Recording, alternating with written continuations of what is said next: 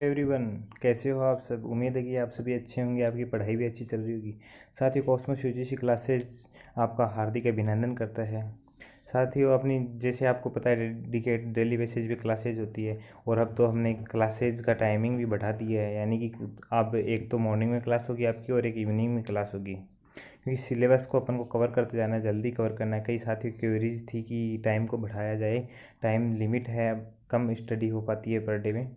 तो उसी को ध्यान में रखते हुए हमने पर डे 2 क्लास कर दी। एक तो मॉर्निंग की क्लास होगी, एक इवनिंग की क्लास होगी।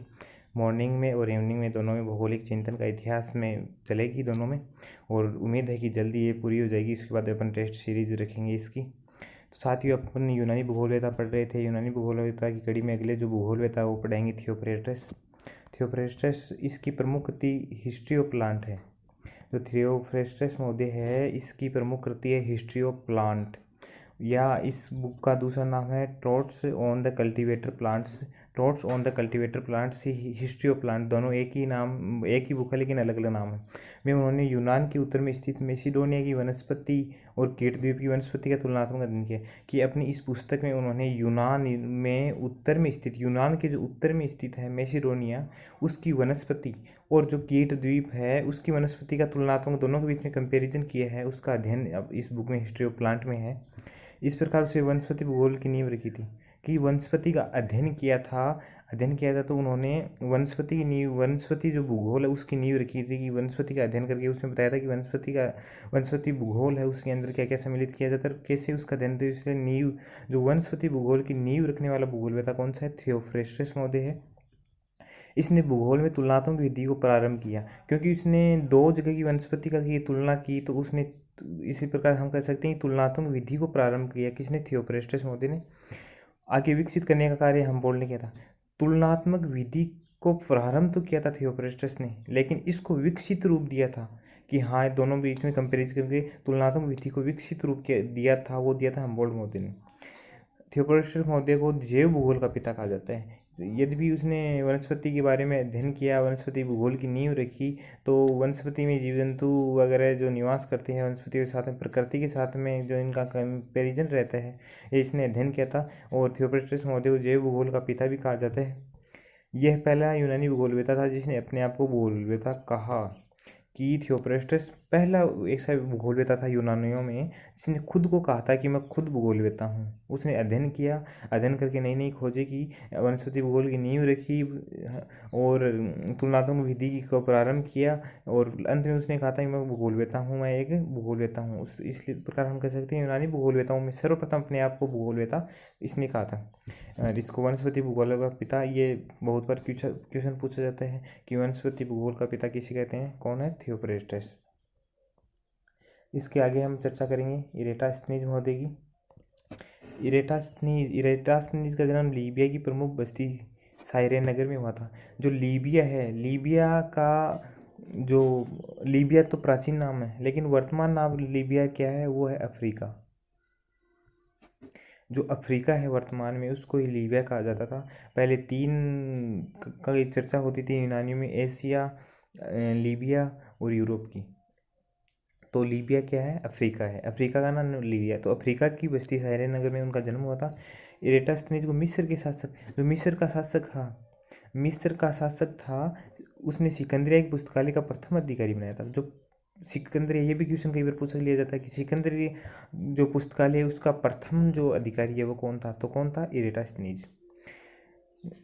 नोट में है, ये भी इम्पोर्टेंट रखता है कि उसकी मृत्यु के बाद में हिपाक्स, स्टेबो और टोलेमी, कि इरेटास्थनीज की मृत्यु के बाद में जो हिपाक्स महोदय हैं वो बने थे, ये भी यूनानी में थे, और स्टेबो और टोलेमी ये रोमन भूगोलवेताओं में थे। तो इनको ये इसके बाद में मुख्य अधिकारी बनते गए। इरेटास्थनीज ने ही भूगोल को सर्वप्रथम एक विषय के रूप में परिभाषित स्थापित किया था। कि भूगोल है उसको सर्वप्रथम एक विषय की, भूगोल पर्टिकुलर विषय और इसका ये अध्ययन क्षेत्र, इसके अंदर हम ये चीज़ अध्ययन करेंगे। ये विषय के रूप में स्थापित किसने किया, सर्वप्रथम इरेटास्थनीज महोदय ने किया था इसका अध्ययन सर्वप्रथम।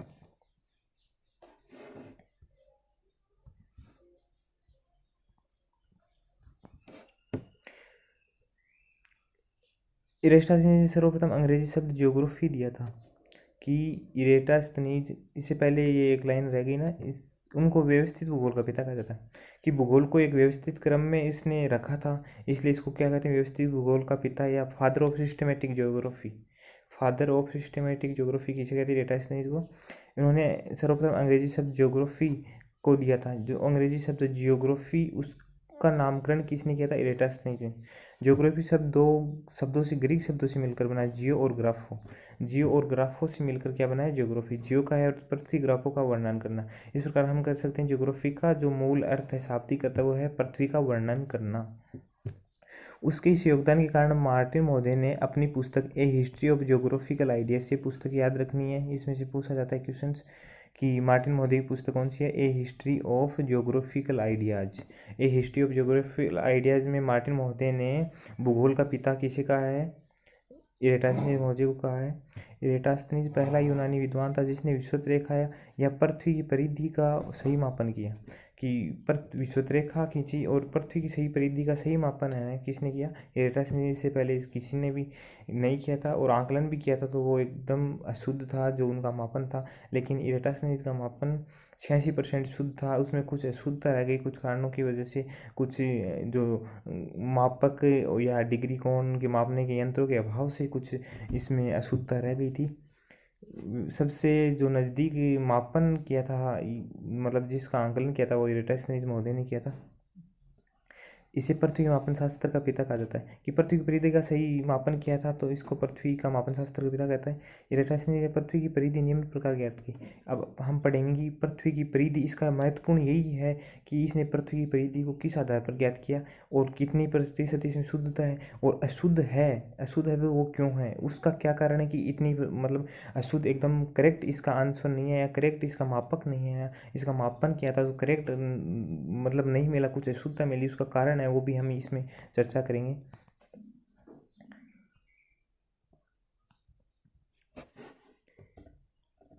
उन्होंने सर्वप्रथम अरस्तु की भांति पृथ्वी को गोलाबी माना, कि अरस्तु ने जैसे माना था कि पृथ्वी गोलाबी, सर्वप्रथम अरस्तु ने माना था कि पृथ्वी गोलाबी, वरना पहले क्या होता था, थेल्स महोदय या होमर महोदय उसने तस्तरीनुमा बना था, माना था पृथ्वी को, और चारों तरफ उसके क्या सरिता नदी बहती है, ऐसे कुछ माना था उसने, लेकिन गुलाबी अरस्तु ने माना था। उसके बाद इरेटास्थिनीज ने माना। उन्होंने मिस्र के दो स्थानों को चुना, कि अपनी इस जो परिधि, पृथ्वी परिधि ज्ञात करने के लिए दो स्थानों को चुना। एक था सीन जो मिस्र का आसमान क्षेत्र है, और दूसरा सिकंदरिया जो मिस्र के भूमध्य सागर तट पर स्थित है। दो क्षेत्र लिए, एक सीन और एक सिकंदरिया।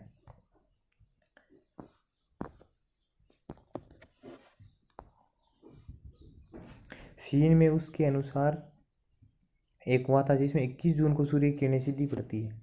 जो सीन है उसमें एक कुआं था, उसमें क्या होता था कि 21 जून, जब 21 जून को क्या होता है कि सूर्य कहाँ जाता है, सूर्य आ जाता है कर्क रेखा पे। 21 जून को सूर्य कहाँ जाता है, कर्क। 21 मार्च से चलता है, 21 मार्च अपन आगे अध्ययन कर दिए इसके बारे में।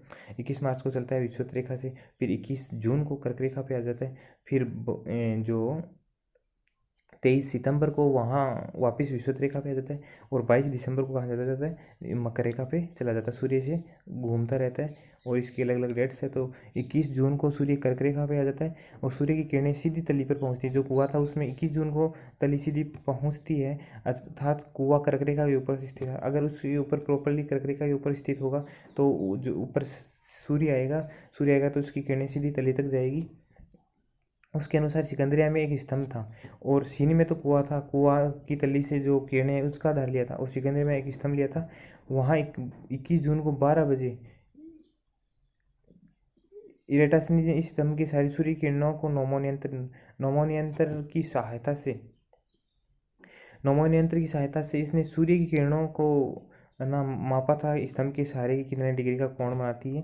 उसके अनुसार ये किरणें स्तंभ के सहारे 60 डिग्री 12 मिनट का कोण बना रही थी, कि जो स्तंभ के सहारे किरणें हैं सूर्य की, वो 60 डिग्री 12 मिनट का कोण बना रही थी। उन्होंने ये वहाँ से ले लिया। फिर उसके बाद उन्होंने सीन व सिकंदरे बीच की दूरी 5000 स्टेडियम ने नापी। उसने अपने जो भी उनके पास यंत्र थे उनके आधार पर या अपने आंकलन के आधार पर उसने सीन और सिकंदरिया जो दो स्थान लिए थे, सीन और सिकंदरिया, उसकी दूरी की कितनी 5000 स्टेडियम नापी। उपरोक्त गणना कार्य करने के बाद उसने थेल्स की प्रमेय का, थेल्स ने जो 6 प्रमेय दी थी, जैसा कि मैंने आपको बताया था कि थेल्स ने जो 6 प्रमेय दी थी उसके आधार पर उसने उसकी एक प्रमेय का प्रयोग किया था। यदि दो समांतर रेखाओं को एक विकर्ण रेखा काटती है, दो कोण बराबर होते हैं। उसने वो प्रमेय इसमें प्रयोग की थी कि दो समांतर रेखाएं हैं, उसको एक विकर्ण रेखा काटती है तो विपरीत कोण क्या होते हैं, बराबर होते हैं। इस प्रमेय के आधार पर उसने शीन और सिकंदरिया की सूर्य किरणों को पृथ्वी के केंद्र तक बढ़ा दिया। जो पृथ्वी के केंद्र है उस तक उसको बढ़ा दिया और सिकंदरिया के स्तंभ को एक विकिरण के रूप में मानते हुए पृथ्वी के केंद्र में स्थित शीन की सूर्य किरणों को मिला दिया। कि जो सूर्य की किरणें पृथ्वी केंद्र में शीन तक उसको मिला दिया। इस आधार पर उसने पृथ्वी की परिधि, मतलब इन आधार पर उसने पृथ्वी की 2.5 लाख स्टेडिया निर्धारित की, जो पृथ्वी की वास्तविक परिधि 2,48,600 स्टेडिया के करीब है। कि 2.5 लाख की 2.5 लाख स्टेडिया निर्धारित की, जो वास्तविक परिधि की 2,48,600 स्टेडिया के करीब है। यदि बाद में इरेटास्थनीज ने उपरोक्त गणना कार्य में संशोधन कर पृथ्वी की परिधि 2,52,000 स्टेडिया निर्धारित की। इसने बाद में अपने इसमें संशोधन किया, थोड़ा सुधार किया और इसकी परिधि है वो 2,52,000 स्टेडिया निर्धारित की। इस उपरोक्त गणना में जो ये गणना की थी उसने अपने आंकलन जो अपने इसकी जो शीन और सिकंदरिया के मध्य की दूरी और पृथ्वी की परिधि ज्ञात करने की, इसमें 14% तो अशुद्धि थी, 14% अशुद्धि और 86% का गणना कार्य शुद्ध था। सिकंदरिया और शीन के मध्य की दूरी 5,000 स्टेडिया ने होकर 4,530 स्टेडिया थी। पहली गलती तो ये कि 5,000 उसने जो मानी थी, नापी थी, वो 4,530 स्टेडिया थी। तो यहाँ पे पहली गलती होगी। दूसरी गलती थी कि उसने दोनों नगरों के बीच में जो कोण माना था 60 डिग्री 12 मिनट का कोण, वो 60 डिग्री 12 मिनट का न होकर उससे कम था, 60 डिग्री 5 मिनट 15 सेकंड का था। उसने शीन के ठीक उत्तर में सिकंदरिया को माना था, लेकिन दोनों स्थानों के बीच में एक देशांतर पर न होकर शीन से सिकंदरिया 3 डिग्री 3 मिनट पश्चिम में था। कि दोनों को एक ही स्थान पर माना था, एक ही देशांतर पर माना था, लेकिन वो एक पर न होकर 3 डिग्री 3 मिनट पश्चिम में स्थित था। शीन को उसने 23 डिग्री 30 मिनट पर माना, लेकिन वास्तविक रूप से यह 24 डिग्री 5 मिनट 30 सेकंड था। शीन को कर्क रेखा पर उसने माना था कि वहाँ पे सूर्य की किरणें सीधी तली में पहुँचती है, लेकिन वो क्या था, वो उससे अधिक थी। कर्क रेखा से ध्रुव की तरफ वो ज़्यादा थी। वो कितनी थी, 24 डिग्री 5 मिनट 30 सेकंड थी। इसके बाद में उत्तरी अक्षांश पर स्थित था वह 37 मील या 370 स्टेडिया कर्क रेखा के उत्तर में स्थित था। कि मतलब कि वो वहाँ पे स्थित कर्क रेखा अपने होकर उससे जो ध्रुव की तरफ स्थित थी। इरेटास्थनीज ने विश्व का आयताकार मानचित्र बनाया था। तो विश्व का आयताकार मानचित्र किसने बनाया था, इरेटास्थनीज ने बनाया था। उन्होंने 8 अक्षांश और 8 देशांतरों का प्रयोग किया। जो 8 अक्षांश और 8 देशांतर का प्रयोग किसने किया, इरेटास्थनीज ने। इस प्रकार विश्व के मानचित्र में सर्वप्रथम अक्षांश और देशांतर खींचने वाला व्यक्ति कौन था, इरेटास्थनीज था। कि ये क्यों इम्पोर्टेंट है, मैं बताता चलूँगा आपको कि क्या इंपॉर्टेंट रखते हैं। कि विश्व के मानचित्र में सर्वप्रथम अक्षांश व देशांतर रेखा खींचने वाला व्यक्ति कौन था, इरेटास्थनीज था। इरेटास्थनीज को भूगणित का पिता कहा जाता है। जो भूगणित है उसका पिता, क्योंकि सर्वप्रथम इसने ही पृथ्वी की परिधि ज्ञात की थी, जिसमें 86% शुद्ध था।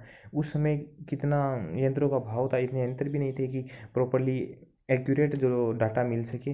लेकिन फिर भी जो जितने भी भूगोलवेत्ता हुए हैं पूर्व में, उन्होंने जो आंकलन लगाया था उनकी तो अशुद्धता क्या काफ़ी थी, लेकिन ये काफ़ी हद तक नज़दीक चले गए।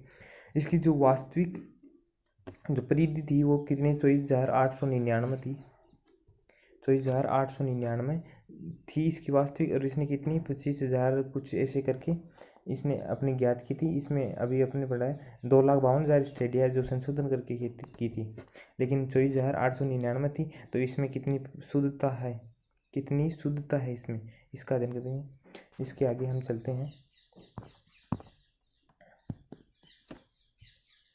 उसने सूर्य के उत्तरायण और दक्षिणायन का भेद किया। कि सूर्य का जो उत्तरायण और दक्षिणायन है उसमें भेद किया, इंपॉर्टेंट नहीं था। उसने विश्व को 5 जलवायु कटिबंधों में विभक्त किया। कि इरेटास्थनीज महोदय है, उसने विश्व के जलवायु को कितने कटिबंधों में बांटा था, उसने 5 जलवायु कटिबंधों में विश्व को विभक्त किया था। तो आज की कड़ी में इतना ही हम लेके आए थे आज इरेटास्थनीज, जो मुख्य था इरेटास्थनीज। तो हम इसके बाद नेक्स्ट भूगोलवेत्ता लेके आएंगे आपके सामने एक धमाकेदार सेशन के साथ में। तो सब्सक्राइब करिए अपने चैनल कॉस्मोस यूजीसी क्लासेज को। आपकी रेगुलर बेसिस पे क्लासेज होगी। और आपके बताता चलता हूँ कि अगर ये यूनिट कंप्लीट हो जाती है उसके बाद में अपन नेक्स्ट यूनिट स्टार्ट करेंगे। किसी भी यूनिट को अधूरी नहीं छोड़ेंगे, अपन उसको कम्प्लीटली करेंगे। और कई साथियों की क्वेरी जैसे भी थी कि जैसे ये चल रहे हैं कि रेफरल कोड में 10 डालो और उसके बाद में सब्सक्रिप्शन लो, वैसे देन। तो साथियों मैं आपको बता दूंगा कि इस चैनल का कोई भी व्यावसायिक उद्देश्य नहीं है और ना ही कभी व्यावसायिक उद्देश्य होगा।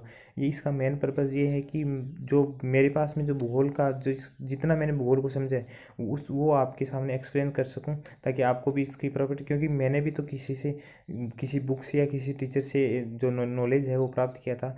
तो मैं भी तो आपको मतलब नॉलेज, तभी तो अपने भूगोल का विकास हो पाएगा कि इस जो अपने ज्ञान है इसको क्रमबद्ध वो बढ़ाते जाना है और रिसर्च करना है, इसमें मतलब पुनः खोज करनी है, नई नई ज्ञान, नई नई जो तथ्य हैं उनको ग्रहण करना है और नए नए तथ्य को आगे बढ़ाना है, तभी अपने भूगोल विषय का जो विकास है वो क्रमबद्ध रूप से हो जाएगा। तो साथ ही मिलते हैं नेक्स्ट वीडियो के साथ में। धन्यवाद।